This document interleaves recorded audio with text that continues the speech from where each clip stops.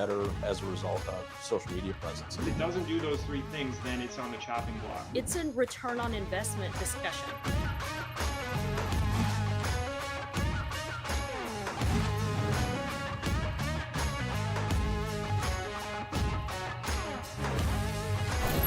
Hey everybody, welcome to another episode of the Daily Dealer Live. I'm your host, Sam Darkin. With me back again is the Yuli D. Martino. What's up, Yuli?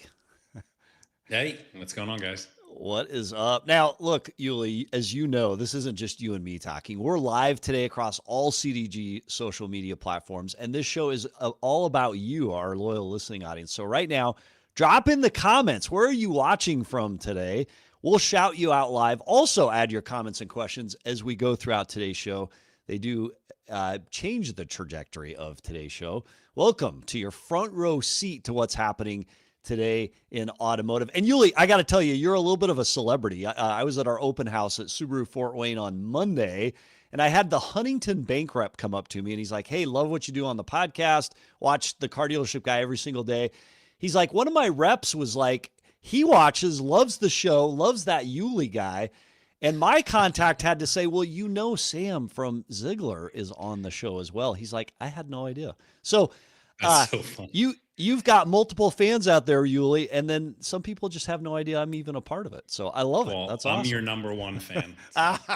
And I'm yours. So, all right, we have got a monster lineup coming today. Let's get into it. Burton's joining on sales strategy. Stream Company will talk retail ready, advertising, digital stuff. And then Jones will talk a little bit on Ford trouble. But first, let's dive into breaking news. All right, we've got the CDG scoop of the week. Acura has scrapped production of its ZDX electric SUV, canceling all 2026 allocations due to slowing EV adoption and policy uncertainty. Shocker, according to an internal memo obtained by CDG News. And this is breaking news. We're breaking it first. CDG is the automaker confirmed cancellation despite the ZDX selling well enough to nearly exhaust inventory. However, the luxury EV required massive incentives to move up to $30,000 for buyers in some markets. Acura now joins other automakers like Stellantis, Honda, Nissan, and Toyota in scaling back EV ambitions amid changing market conditions. Paragon Acura's Brian Benstock called the decision, quote, true leadership, crediting Acura with listening to dealers and pivoting quickly, positioning the brand to regroup and refocus on what dealers actually want. And that means Honda joins a long line of automakers, as we mentioned, canceling their EV plans. Yuli, we looked, they've sold a lot of these EVs this year to date, right? Definitely more than I thought. Yeah, 11,500, something like that. So, I mean, it's significant. Yeah. All right, let's turn to today's news. First up today, there we go. First up today, let's go to cdgbuySell.com. Where's the jingle? There's a jingle. There's a whole jingle. There you go. There you go. We're about 3 seconds slow today, but it's okay. We're going to catch up. On Monday, CDG News received several tips that Carvana was acquiring its second Chrysler Dodge Jeep Ram store this year, picking up Park City CDJR in Dallas after closing on another near Phoenix back in February. We've got a guest today to talk a little bit about that. Carvana confirmed the acquisition to CDG News, which closed Monday evening. The online retailer says it's still in the early stages of testing what it looks like to run a franchise dealership. But from our point of view, the Dallas market could give Carvana access to high-volume new car sales, trade-ins, and off-lease returns that help feed its CPO inventory. With Texas's favorable tax structure keeping costs down, the move looks like a low-stakes experiment from now that's expanding, but one that could challenge long-held assumptions about who gets to play in the franchise system and on what terms. We're excited to get some of our guests' perspective on that news today. Next up today, brand loyalty in the auto industry has slipped to 49%, down from 51%. That's a 2-point delta. That, according to J.D. Power. Still, Ford trucks hold the highest loyalty of any segment at, I'm not making this up, 66.6%, while Toyota leads in cars and Honda and SUV, both at 62% loyalty. As far as premium brands go, Porsche ranked highest for cars at 58.2%, while Lexus topped SUVs at 57.4%. Analysts say shifting segments, older products, and heavy incentives are making it easier for buyers to switch brands. And across the board, automakers are finding it harder to hang on to loyalty as economic and policy pressures change car buying behavior. Next up today, remember that little outage? It's like the CDK-ish like outage at JLR. Well, British car maker Jaguar Land Rover has extended its operational shutdown till at least October 1st. This after suffering a cyber attack earlier this month. All factories, are currently offline as cybersecurity experts and law enforcement work to bring systems back online safely. But the pause is rippling through the supply chain. So smaller suppliers that depend on steady orders are already feeling the squeeze, and government authorities have stepped in to meet with JLR and affected businesses. For JLR, the longer the shutdown drags on, the greater the uncertainty for thousands of workers and partners who depend on production staying steady. And so, again, that obviously brings back the nightmare that was the CDK outage last summer. Scary. Props to JLR for working quickly to remediate this and get this thing fixed back up online. It'll be interesting to hear their key takeaways on how not only OEMs, manufacturers, but also groups and others can avoid this into the future. And finally, up today, we turn to the recall tracker. We don't have the CDK buy sell, the CDGrecalls.com. CDGrecalls.com. There you go. I love it. But there you go. You can get more information on these at cdgrecalls.com. Ford is recalling, shocker, more than 115,000 Super Duty trucks from the 2020 to 2021 model years. What's the problem this time? Faulty steering shafts that could separate without warning and cause drivers to lose control. Regulators say Ford has 17 reports tied to the defect, though not a single crash or injury so far. Notices go out to drivers starting October 6th, and dealers will inspect and repair affected trucks for free, of course. And for dealers listening, this is another reminder: recalls like this are a profit opportunity you don't want to miss. Track every recall campaign with the CDG Recall Tracker, powered by BusyCar. So thank you, BusyCar, for supporting our delivery of all the recalls. And it is interesting to see the trend line that is Ford as it relates to recalls. It just continues, Yuli. Yeah, and let me say, that is not a backup camera. So yeah. And this is, and that's a wrap on today's news this Wednesday, September 24th. And turning to a couple of our comments, Cole says, beautiful day here in Denver, Colorado. Lauren Klein comes in, road warrioring it today, sitting in the American Lounge in Boston. Lauren, thanks for joining us from Boston. And we'll be interested to see if you get any looks from anyone else who's watching. Lauren Klein also says, bye-bye tax incentive, bye-bye demand. Dan, let's see if anybody else has a location. We'll bring up some of these other comments later on, but we appreciate everybody reporting out where in the world you are watching, whether it's in that airport lounge, props to you, or at a car dealership, dusking deals. As EV incentives, the clock ticks down to the last day of the month, which is next Tuesday, I think, right? So, Yuli, it's fascinating. We do get a ton of requests to join the show, and as we've talked previously, we are taking all those requests into one place. Dealers, if you want to join the show, please visit cdgguest.com, fill out the intake form to be considered for a future guest spot. You will meet Michelle, you'll meet Hannah, you'll go through a bunch of questions, share your perspectives, and we're excited to get as many dealers as we possibly can in on the show. Speaking of dealers joining the CDG network, car dealership guys, back with our second annual NADA party, happening in Vegas on Thursday, February 5th. It's the hottest ticket at NADA 2026 with special guests and top automotive personalities. To be considered for a formal invite, just hit the link in the show notes, request to join, and fill out that questionnaire. You will not, you'll have FOMO if you don't make the party, but it's going to be fun being there, everybody all together. Rad Dad Alex says he's coming from Kalamazoo. That's my place. Maybe he knows us. And then D-Dog. I heard a story about a Gibson guitar or something like that. Yeah. Home of Gibson guitar, home of Pfizer, home of Stryker, and home of the our Drive for Life charity event, which is happening tomorrow night in Kalamazoo, Michigan, at the Radisson Hotel, brought to you by Western Michigan Honda Dealers Association. We're going to raffle off a Honda Accord or a similar vehicle, $30,000 in cash potentially. So we're excited to have them.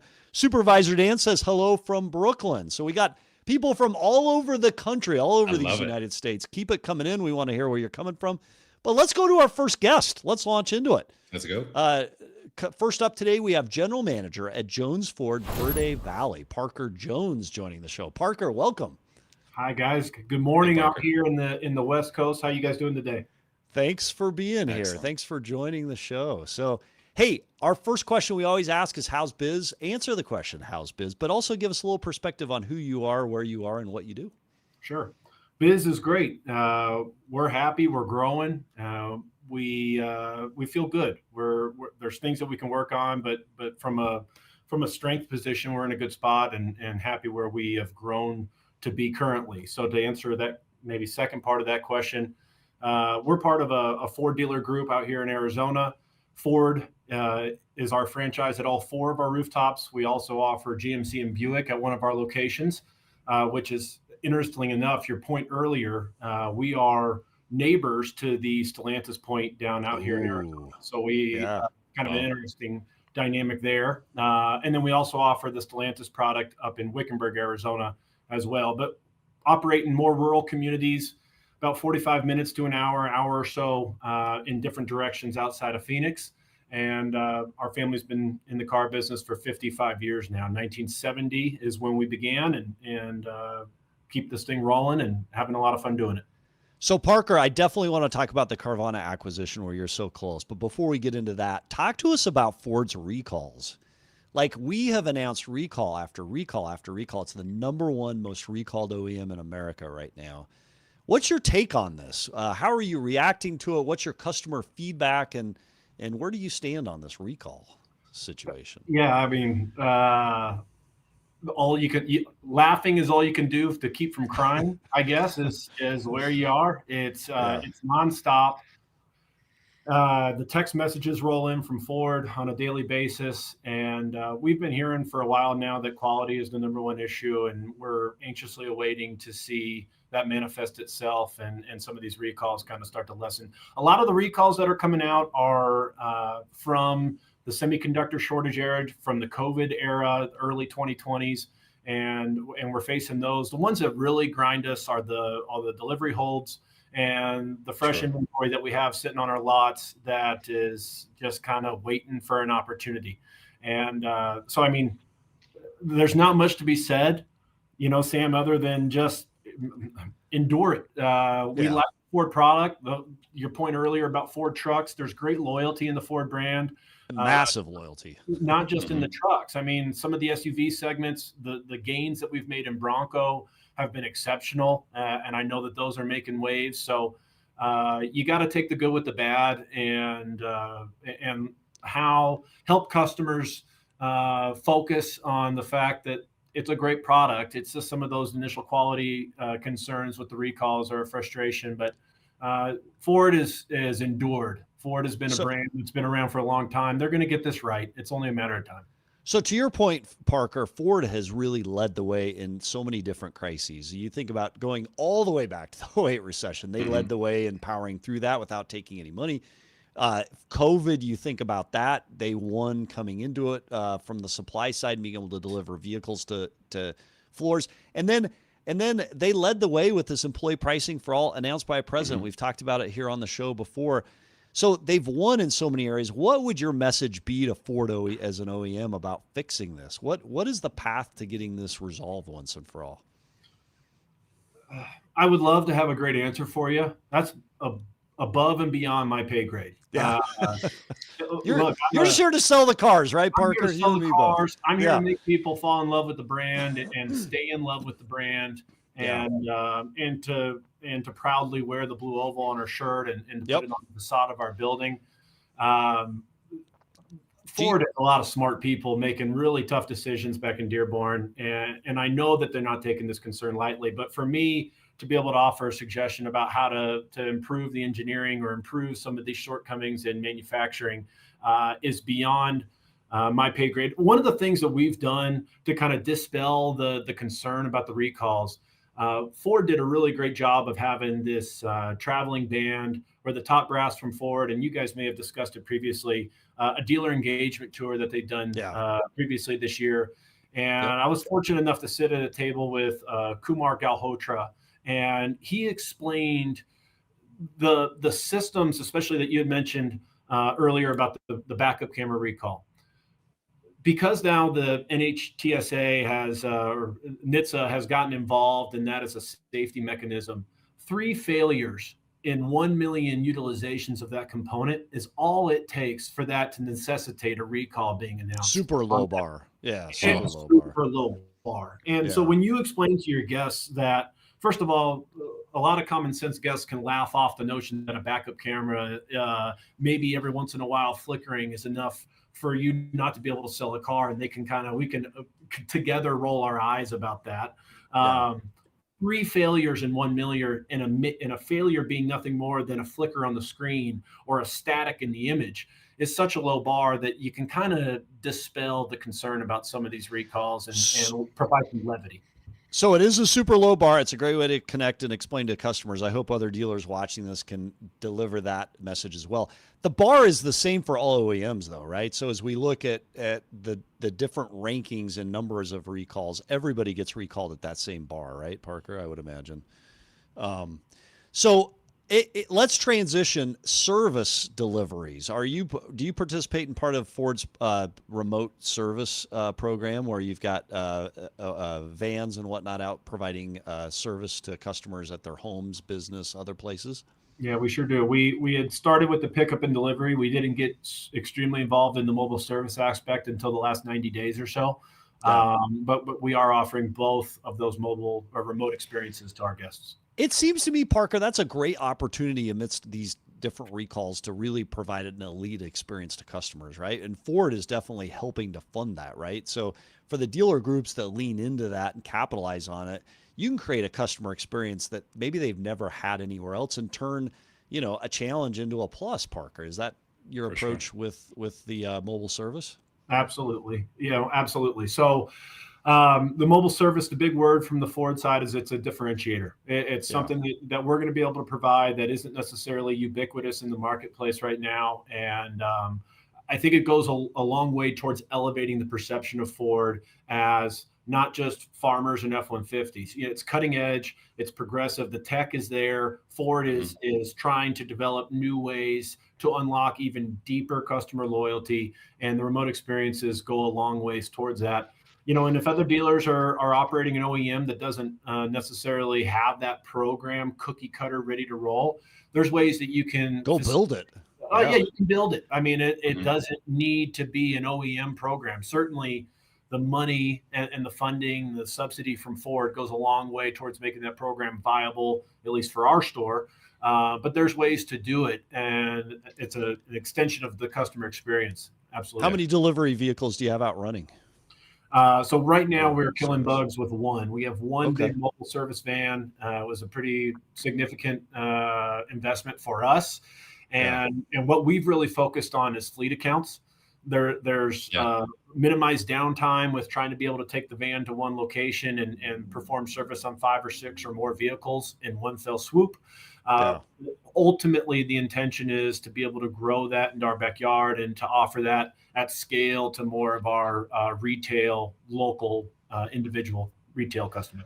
All right, let's transition from Ford recalls, mobile service, which congrats to you guys for crushing it on that. I think it's a great message for other dealers. If you're not doing it, do it. In fact, you'll regret not doing it if you're not doing it. So let's transition to Carvana. They opened a store right down the road from you, and now they've just announced another one in Texas. What's been your experience competing against them? Are there any key lessons that dealers could take away from your experience in that market? Sure, and I'm not the right operator to ask that question. So the it's anecdotal.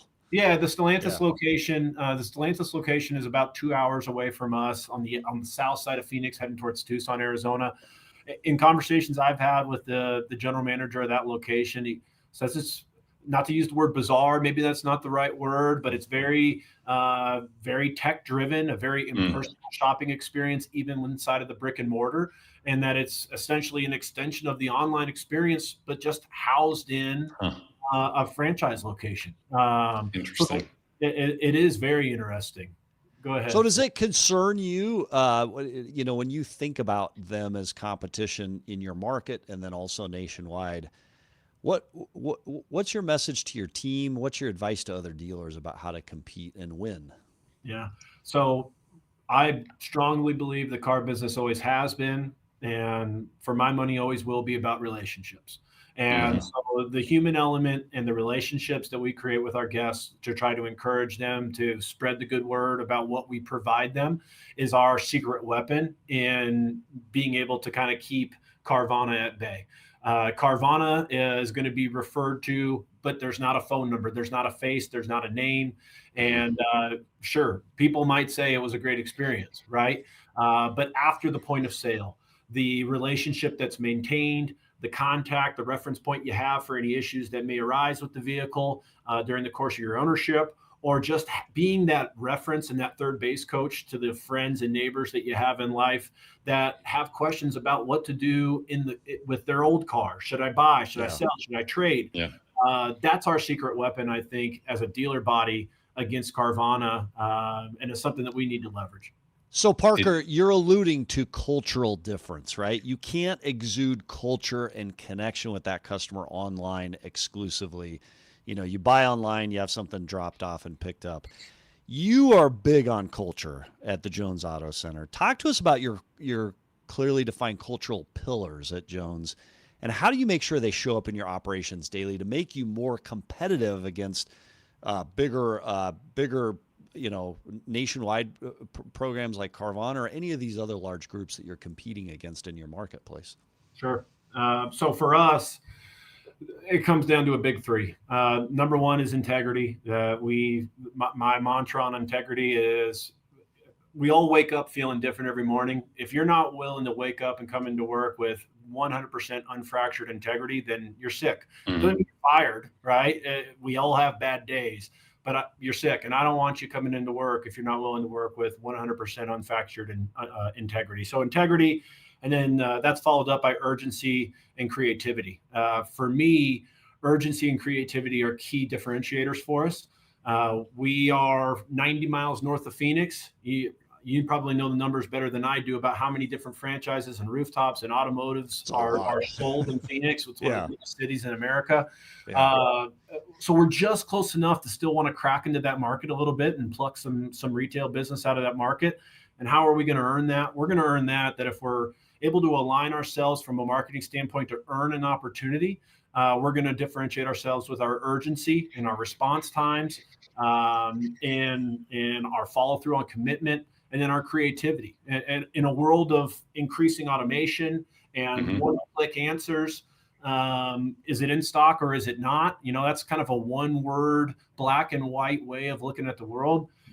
Our viewpoint is that the world operates in grayscale, and you need to afford your customers an opportunity to see what you're willing to do instead of just telling them why you can't do something. Don't ever tell somebody you can't do something without also offering them the next best solution. And that creativity, I think, goes a long way. This kind of ties into also the Carvana piece, right? Because one of those differentiators between them and us is what happens when things go wrong. So to your point, you have your personnel that needs to show up prepared to do business the correct way every single day. You have your customers that then are going to be your beacon out in the community. And I think this is the message that so many dealers need to hear. I left out your mobile service. That's a huge thing. As someone who has only gotten my oil changed while I was working all day, or having my vehicle serviced, warranty service done while at work, it's such a differentiator to bring that customer experience to them. And that's the edge against Carvana. Yeah. So when you think about the cultural pillars that you've identified there, which is awesome, the integrity, the execution, the creativity, does that culture show up in a KPI or in a how does it show up in the dealership? Sure. When it's working? Yeah. So for me, I see it two ways. The easiest answer, the low hanging fruit answer, is the Net Promoter Score, the CX scores that Ford, judges us on.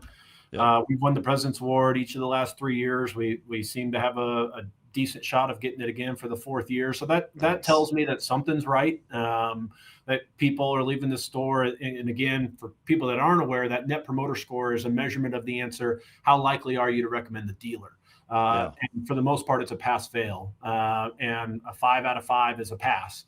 And anything below that is a fail. So we feel pretty good about that being one of those metrics that would help us let us, figure out whether or not the culture is resonating. Beyond that, it's employee turnover for me. Not customer turnover, but employee turnover. I take a lot of pride in the fact that in my 5 years running the store, I haven't really lost an employee that hightailed it for another dealership. Yeah. It tells me that they feel good about what we're providing, the atmosphere, the ambiance of the store, that they're proud to represent the cultural pillars that we've tried to groom here. And so I think employee turnover is a big one. Parker Jones, General Manager, Jones Ford Verde Valley. We appreciate you being on the show, sharing your perspectives with us. Just one last question as we wrap up. You've definitely made a great case for culture, sharing your perspectives on Stellantis. Many dealers are saying, hey, OEMs should avoid doing business with Carvana because it violates the spirit of franchise agreements. Do you support that type of constraint, or would you say, hey, let my culture challenge it and let us execute better and we'll compete that way? Yeah, I'm not going to, I won't make a political statement on the first one. Words of Charles Barkley, Republicans buy sneakers too. So I won't go there, but I will say be prepared to combat any of those outside influences with your culture. Your culture is what's going to keep you steady. It's what's going to make you impervious to some of these headwinds that might take place in the marketplace. Invest, reinvest, and then invest some more into your culture. And I think you're going to be in a good spot, regardless of what some of these manufacturers or who they try to conduct business with. Parker Jones, General Manager, Jones Ford Verde Valley. Thanks for being on the show, sharing your perspectives. Thanks, guys. Have a great day. All right. Thank you. It's a fun conversation. And just adding to it real quick, Supervisor Dan, hello from Brooklyn. We've got Elliot Eady watching from Montreal. That's awesome. And then a couple great comments. Lauren Klein says, customer expectations are higher than ever, and this exceeds expectations. And that's the best way to compete against anyone, anywhere. Yeah. Speaking of exceeding expectations, let's talk Toma. Most voice AIs frustrate customers and waste everyone's time. Only Toma customizes AI agents to your dealership, so calls actually get resolved. That's why top dealer groups trust Toma to automate their phones. Visit toma.com/CDG to learn more. If you're watching the live show, and we hope everyone is, including at the American Terminal in Boston, you can scan the QR code there and get more information. Huge props to Toma for supporting today's content and the fascinating conversations that we've already had, including with Parker. Great perspectives from Parker coming straight out of the Phoenix marketplace. So let's turn to our next guest. Next up today, EVP of Client Strategy at Stream Companies, Drew Diehl. Welcome, Drew, to the show. Hey, Drew. Thanks for having me, guys. All right, Drew, how's biz? And tell us a little bit about yourself and what you do in the world. Yeah, so I actually came into automotive as a young SEO professional and basically cut my teeth in learning all things digital. My background is really on the entire paid side, and now oversee our client strategy team, basically trying to deliver as many strategic advertising decisions to our clients. Generally, biz is good. I think September is a tough month year over year, typically. And, we have some of that data, and we try to stay ahead of, the tough months and make recommendations to keep everybody afloat. Yeah. So it does sort of feel like in some areas, and maybe it's geographically driven, like some are struggling to meet and exceed unit count sales, what they have in the past. Maybe lead volume is down a little bit. What do you attribute that to? We've had several guests talk about lead volume, digital leads being down currently. Yeah, I mean, it's tough to kind of paint with a broad brush, I think, because the market, the brand, how dealers operate, what their inventory count looks like, all of that makes such a significant difference on what lead volume might look like month in and month out. as well as, customer sentiment. I think in the past year, we've dealt with tariff conversations and EV tax credits and all of that. And that macro news affects customers and how they're shopping and who's looking for a vehicle so much. You know, most people aren't in the day-to-day automotive life like all of us. So they see something about tariffs and they're like, okay, not a good time to buy a car. And so those sort of macro impacts typically do have a big impact on lead volume. And I think people do hold out for some of the sales events that come at the end of the calendar year. I think that makes an influence on a month like September. Do you think there's a lot of customers that are still sitting on the sidelines from tariffs? I mean, we definitely had the pull ahead effect early on in tariffs. People were afraid of what would be coming. And then as it's come, do you have any data or thought processes to talk about what percentage of the population might be just sitting out waiting? More qualitative than quantitative on that. I think it's people who aren't necessarily at need. Over the pandemic and inventory issues, I've sort of coined a term of always in market. It's people who, they're myself included. I have a 2015 Honda Civic that I have no car payments on. Sure. Would I love to go get a new car? Yeah.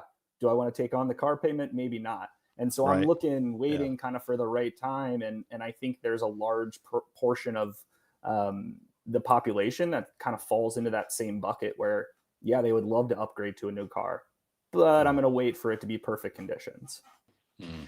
So it's interesting. Stream is a huge company. You're a massive company. You do business on the advertising side with a lot of dealerships nationwide. Sure. Talk to us a little bit. We've talked on this show, Yuli and I have a lot about AI, Chat GPT. How does technology in today's automotive market space affect and impact dealers' view of digital advertising and like, is it changing the way dealers are spending money? Is it creating problems? Are there misunderstandings? What are you seeing in that marketplace? Yeah, I think as all of that comes out and people start to use ChatGPT or Google AI overviews in their own lives, their immediate reaction is, oh my goodness, every single potential customer is going to do this exact same thing. What am I going to do with my Google spend? And in reality, most people are not necessarily shopping any different than they have in the past 10, 15, 20 years. But I think that is going to shift as more people get used to this type of technology. And largely, I have given a lot of presentations on this topic to different OEMs to really get the understanding and the education of what's going to change. And largely, Google makes so much revenue from their advertising business. So even with the introduction of AI overviews and different AI large language models, Google is not going to sacrifice their main revenue generator for this product. So right now, they're working on, they've announced that they're going to start incorporating ads into AI overviews, which are those little AI summaries at the top of the search engine results page. They've announced they're going to start including those ads on that feature. I think it will be largely AI Max or Performance Max campaign types. And what I think the downstream kind of effect will be is that there'll be fewer clicks going to dealer websites, but the same competition will be there. So the average cost per click, in my opinion, is going to increase as more advertisers are competing for that single click. So the volume will go down, but the price will go up. So Drew, if I'm a dealer watching this program today, seeing that coming, how does this impact my decision-making, both with an advertising firm and also with the way I spend money in digital leads and advertising? Yeah, I mean, one thing we always talk about is having a balanced budget, and that balanced budget is not the same every single month. So being willing to kind of adapt, and a month like September, we talked about it at the top of this segment, typically tends to be a slower month.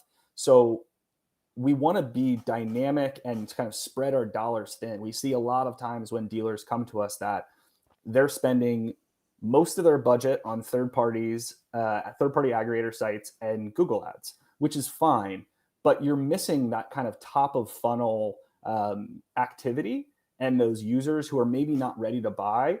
So you're not necessarily refilling your funnel. You're only paying for that lowest funnel user, which is great, But as that lowest funnel user is getting competed for, you're missing on those top of funnel customers. All right, we want to talk Retail Ready, which is a new Absolutely. program you have. But before we get into that, one last question as it relates to tech AI. Some dealers say, hey, because of the way AI works and educates, I think I can take on more of the advertising function. Is that true? What warnings would you give to dealers that may attempt to do that? And are you, are companies like yourself having to hustle in different ways to stay relevant and to make sure that they stay in front of dealers to help them accomplish their goals? Yeah, I think that sort of in-house model can work, but you need the infrastructure behind it. Like, to be honest with you, I spend most of my day and outside of working hours reading about marketing, not necessarily just automotive. So in a lot of ways, I wouldn't say, let me come into your sales room and tell your salespeople how to sell. That's not my expertise. But my expertise is in the digital world and understanding all of the changes and the levers to pull. And so it can work. You just need that underlying infrastructure to kind of be fully dedicated to running that marketing in-house. Yeah. So Drew, what is Retail Ready? What problem does it solve that dealers can't fix with their website CMS alone? Yeah, so I would say Retail Ready is kind of a rallying cry that we've adopted that has also turned into a product suite. So really the main, at our offices in Malvern, Pennsylvania, we have something written on the wall that's drive retail traffic. It's really, really simple, but our whole mindset is how do we help dealers get to market faster and better and more efficient? And so within the Retail Ready platform, we've created the Automotive Incentives platform. That's a subsection of the Retail Ready idea. And really the whole thought process and what we found is that most dealers on average don't get their specials up until 7 days into the month. When you annualize that, that's a delay. That's 3 a huge months out of the delay. year. 3 months out of the year that they don't have specials on their site. And so our Retail Ready, that's a great question because, you're taking 3 separate areas and kind of focuses. 1, the dealer needs to get their incentives put together. 2, they need to have somebody build the creative. And then 3, somebody needs to go take that creative and those specials and physically get them on the site. And so what we've done with Retail Ready is basically combine all of those elements. And all we need is a dealer, once they put in the specials, we have everything basically built out dynamically to be FTC compliant, state, national, full compliance, OEM compliant. And once we get those specials, we can spin up the creative and basically get it on the site on both the homepage and the specials page within 4 hours of the same day. Are you able to quantify the impact to advertising, production, sales, closes at a traditional dealership of being able to turn it that fast? You look at that 7-day turn, that's a waste of the incentive money that the OEMs hand out. If you can turn it in 4 hours, there's got to be a quantifiable benefit of that. Yeah. So from like a downstream effect, what we've been measuring from like a KPI standpoint and kind of building out case studies is we can't control everything else on the site.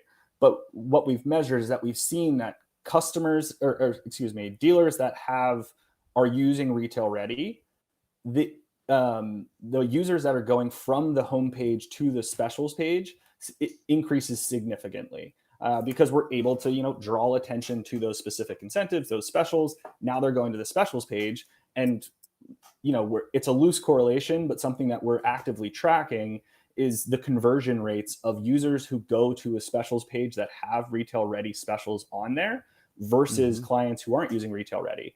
And the conversion rate for those users is against the control group is 90% increase in conversion rate, which again, there's so many elements on a site that we don't control with Retail Ready, but it's a loose correlation that I think is really important. So Drew, when you talk about incentives, you talk about creating creative and getting it out that quickly. Co-op is a nightmare sometimes, right? Because you got so many hoops to jump through and, you've got to file for it, make sure you get reimbursed on it. Like, how do you ensure that the creative that you're doing will ultimately be approved for co-op payment? And then how do you follow through, or what resources or support do you give dealers to help with that piece? There are entire businesses that are focused on co-op repayment. It's a challenge. Yeah, no, 100%. And to your point of, dealers bringing stuff in-house, we have a dedicated co-op team that their entire job is focused on getting dealers the most co-op money possible. And we have an entire compliance team built within our larger creative department.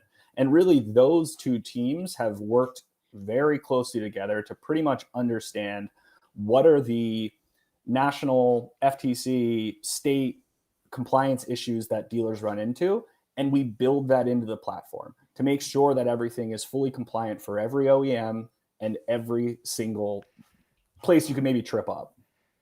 Drew, do I put you on the spot and ask you for the best OEM on co-op and the worst OEM on co-op? I think I'll plead the fifth on that. All right, fair. I'm just curious.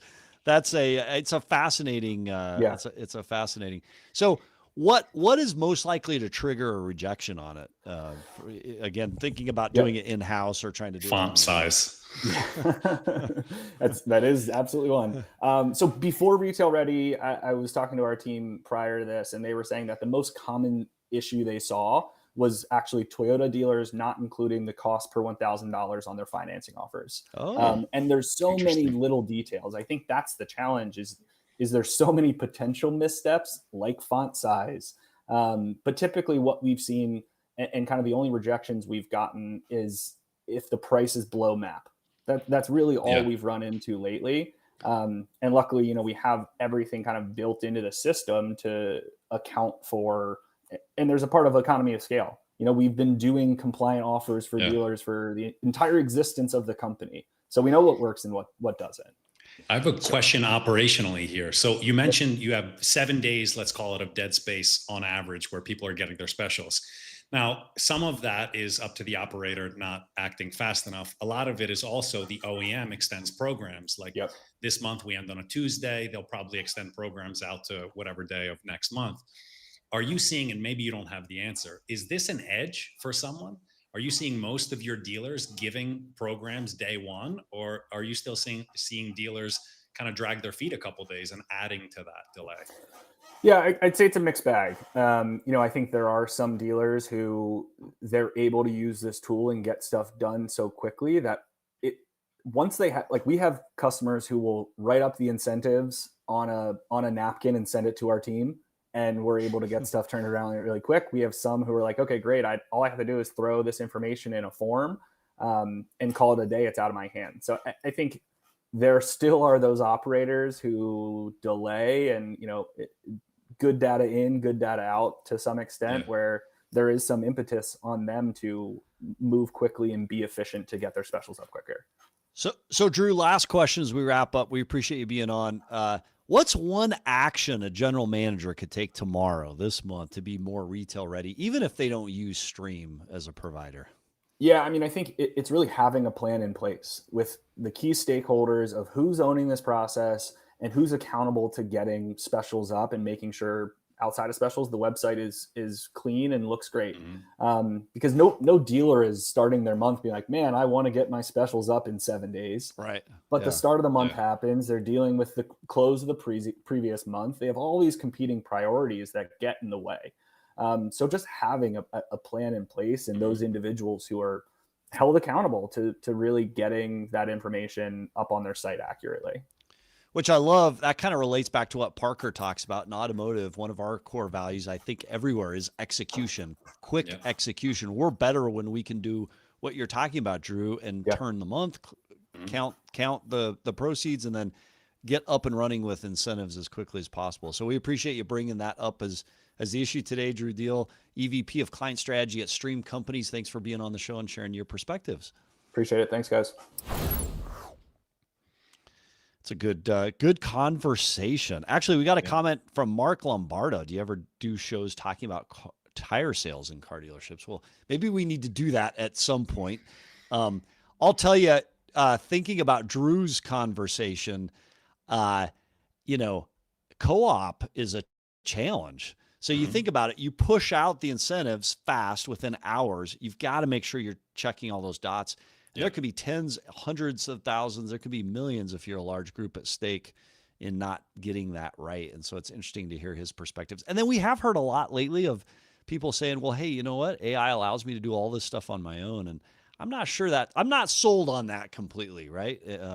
Maybe you can do more, but it's tough. There's so many different requirements. There's so much to know. Exactly. Yeah. Yeah.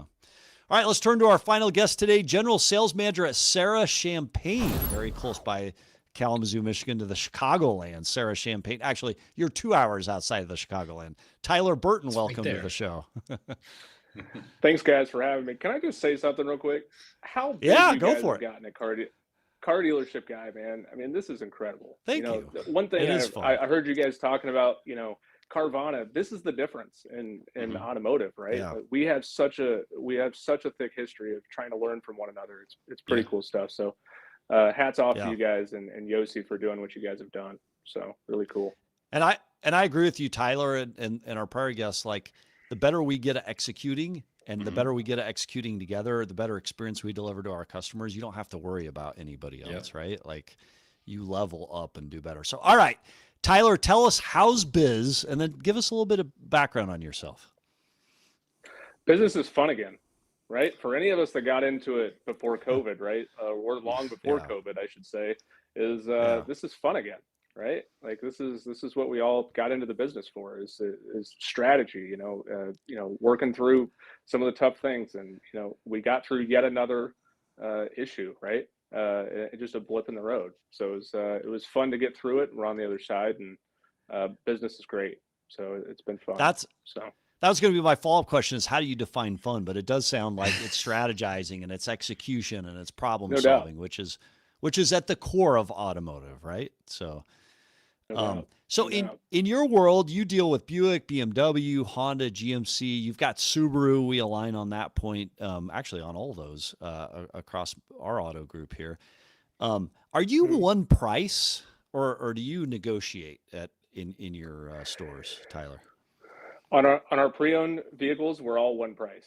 So we're all one price on pre-owned vehicles, new vehicles. We do the other thing, but for pre-owned, you take that model, if you will, of CarMax, and it's been a beautiful thing. Yeah. So on pre-owned, what pushed you to pre-owned, one price on pre-owned? That's interesting. Usually it's the opposite, if anything. Yeah. We just really price our cars to the market, and turn them as quickly as we can. Right. And that's, it eliminates all the pushback, for that used car. And, our salespeople really appreciate it. Our customers really appreciate it. Right. New car pricing, fluctuates all over the place. Right. Pre-owned vehicles fluctuate, not as much as the new car market right now, with the race to the bottom, if you will, that we've all arrived at again. But we really enjoy it. Customers enjoy it. Salespeople appreciate it. Yeah.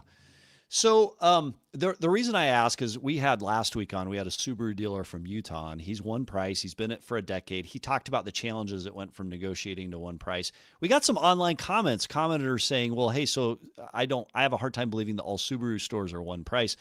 Well, they're not. Subaru stores run the gamut, but one price does seem to fit that Subaru mentality. Talk to us a little bit about how the Subaru retail experience is a little bit different from some of your other brands, and how do you preserve that different experience within your auto group at Serra? I think it's a brand that everybody can learn from. It's culture. Subaru is the star of culture, and everybody can learn from that. It's all about the customer experience, a world-class experience, making people love you, right? And it's the brand of love, and it's one of those brands that you really just have to offer a great experience. And it's such a great brand. Yeah. And they lack layers, and it's just a great brand to have. As we talked back show, you actually mentioned, hey, it's sort of similar to us at Serra. Tell our audience a little bit about your group. So I know within the Serra Auto Group, there's some ownership outside of Joe Serra and his core team. What does the structure look like within Serra, and who do you report up to, and who casts the vision for your group? hmm Our group has 20 plus fantastic partners with Joe and Matt. By the way, Joe and Matt, incredible human beings. The cool thing about just like Subaru, there are no layers, right? And the partners, talk with Matt and Joe, but it's really as a sounding board and for support and what great way to run dealerships and to run them the right way. Our owner operator has Ben Quattrone here in Champaign, Illinois, and he is definitely one of a kind, and he's an incredible mentor in the business to learn from. So it's been great for me personally. I'm a little biased, but incredible partner here at Serra, and we're very fortunate to have him here. Tyler, you talk about flat and you compare your structure back to Subaru, which I agree. Jeff Walters was at our opening. He's the CEO, he's the president of Subaru America. Like, you've got easy access to him. You're talking about you and your group have easy access to ownership there. How does that flat structure give you a benefit in today's environment? And what could other dealers learn from that as they grow? Because you've got Serra overall is how many rooftops, and how does that benefit that flat? We have 60 plus dealerships, right? Rooftops, and these guys, just put us in places to where if one's doing one really good thing, we can learn from that group, right? And Matt's done a really great job at making us all learn from what's working well in other stores and getting us all together. It's just quick answers, easy answers, and there's no layers, right? And it's the best way to work. So you say you learn. Is there like a monthly meeting? Is there like some sort of a quarterly get together? No monthly How do you meetings. share those practices? Yeah, no monthly meetings. These guys just, if we're struggling in certain areas, we're able to get answers of what's working, right? They're just there to support, right? And they're just, they know what's working well in others and what's not in others, and we're able to work through that together, and it's just a big family. These guys are incredible human beings, and they just support us well. So you talk about, Tyler, how automotive has gotten fun again, making automotive fun again. And I agree. It's all the strategy. It's the execution. You've also talked in other places about how part of our marketplace today is we've gone from order taking back to selling. What are some of the biggest adjustments your stores have had to make to go from that order taking to selling today that other dealers might be able to learn from? We stayed disciplined, right? We had to really stay disciplined on the world-class experience. That's stayed level the whole time, right? I think we stayed true to our pricing. No market adjustments. We stayed true to culture. We stayed true to making sure that that buying cycle of 3 years was still going to happen. And the more and more that we decided that it was super important for long-term growth versus just the gratification that you get in that short term. It was super important to us to stay low, just stay true to what we do. And that draws loyalty, right? So. Yeah. Is there a different way that you're training your teams to get them back to that point where it's like, hey, I understand how to overcome an objection. I understand how to engage and connect with a customer.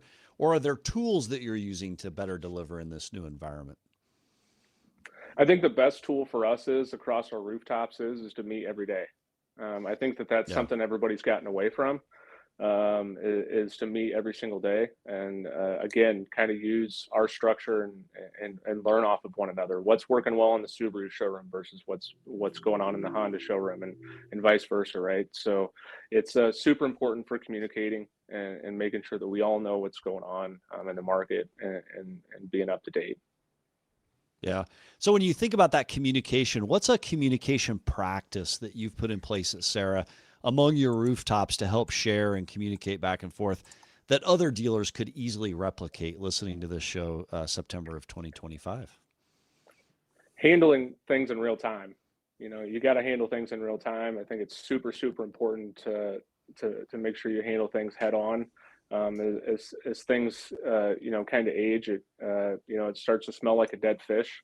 It just gets to that point where it's, it causes for interruptions in business, right? And Yeah. handling things head on is something that people oftentimes shy away from, and it's super important to make sure things keep going smoothly.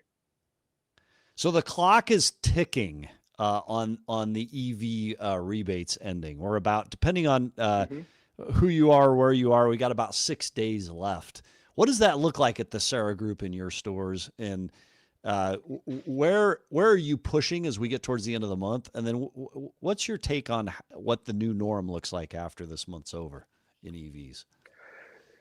Yeah, I think it's inevitable that it stays, right? I don't think it's going to go anywhere. I think they've spent way too much money as the OEMs. They've spent way too much money in in ideas and in the cars. But for us here personally, it's business as normal. Move them as fast as you can, just like any vehicle. It's just super important on turn. And yes, this $7,500 thing is going away, and we completely get that, but we have that mentality of turn, right? And it's just it's just the same thing as any vehicle, right? Just stay level with it.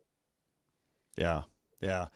So as we get towards the end of wrapping up here, I'd love to have you just share a couple of thoughts with our 4,000 plus viewers that are watching live, and then everybody that'll watch later. So when you think about your OEM partnerships, and you've got some great OEMs that you work with personally, BMW is great, Honda's awesome, Buick GMC, Subaru, we've already talked about. How does a great OEM partnership help you execute? And so maybe give the positive side, and then is there a call to action you might give to any of the OEMs, what it takes to win between now and the end of the year? Yeah, one thing about us dealers is we got to remember we don't build cars. You know what I mean? No, we don't. We don't build them. So we're not specialized in building them. So we build relationships. Exactly.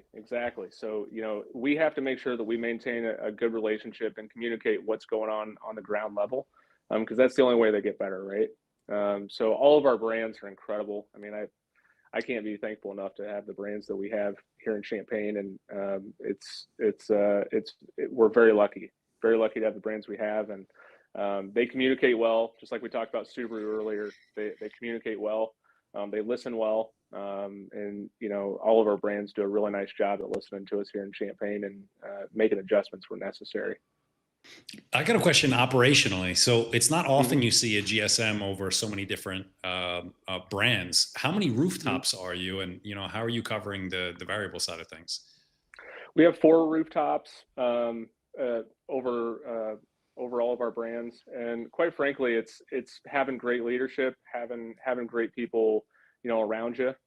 That's the only way we get as good as we are today. Great communication.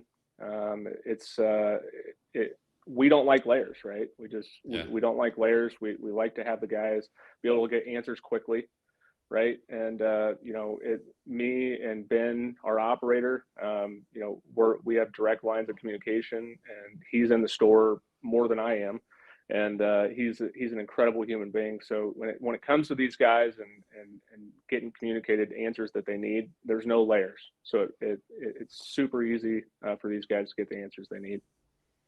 Awesome. All right, Tyler, as we wrap, any comments on the disastrous football game Saturday night? Listen, last we're Saturday ready. night, We're depending on who you are or where you are. Yeah. USC's coming to town. We're ready.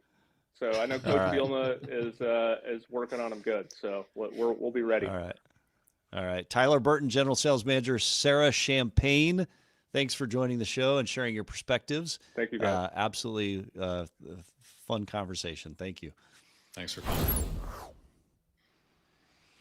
Hannah Farmer says, great point. Always trying to find a solution. CDG's own Hannah, but good conversations, particularly as you think about some of the things that are changing in automotive, whether it's Carvana, whether it's, dealing with recalls, whether it's trying to figure out how to get back to leadership and executing in automotive today.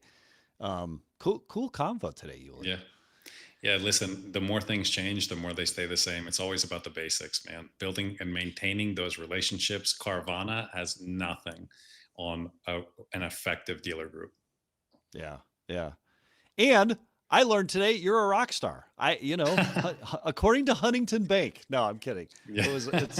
That was a fun comment to get. And we got a question today too. So that's you, and you know it. So to Lauren Klein watching from the Boston Lounge, thanks for joining the episode today. Dan C did ask the question. He said, "How'd the grand opening go Monday night?" And I would say it was awesome to have Jeff Walters, the head of Subaru, on with us.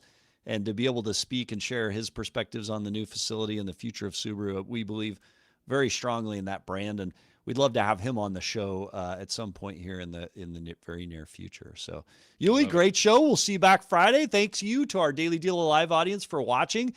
Daily Deal Alive, where we break down the biggest moves in the car business as they happen. Do not forget, we're live every Monday, Wednesday, and Friday. So if this is your world, hit like, subscribe, turn on those notifications so you never, ever, ever miss a beat.